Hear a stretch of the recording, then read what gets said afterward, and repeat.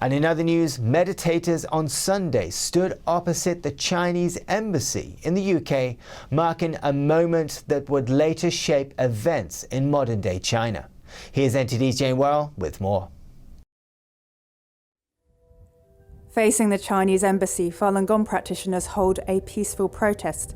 For many, it's a familiar sight, but just over a couple of decades ago, this spiritual practice was little known. That changed on the 25th of April, 1999, when 10,000 Falun Gong practitioners turned up at the central government building in Beijing, peacefully protesting for their right to practice their faith in Falun Gong's principles of truth, compassion and tolerance. But less than 3 months later, the Chinese Communist Party instigated its notorious persecution against Falun Gong. That's why people are protesting here 22 years later. They say that the peaceful April 25th appeal in 1999 was manipulated to justify a brutal persecution.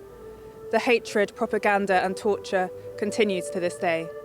I don't have my mom in my life many years. Xiaotong's mother is still jailed in China for her faith. My parents divorced because of my father was threatened by the company because if my parents still keep practicing Falun Gong, they will lose their jobs. So my mom has been in jail and lost her job already, so my father is really scared about this. The Chinese human rights lawyer who tried to help her mother be released from jail was stripped of his license. Many families have been forced apart by the persecution. Ming Hui Yu's mother was jailed again recently. She was talking to a person about her belief. The student reported her as a Falun Gong practitioner. I feel very sad for what happened to my mom again. Among those marking the April 25th protest was fashion model Pooja Moore.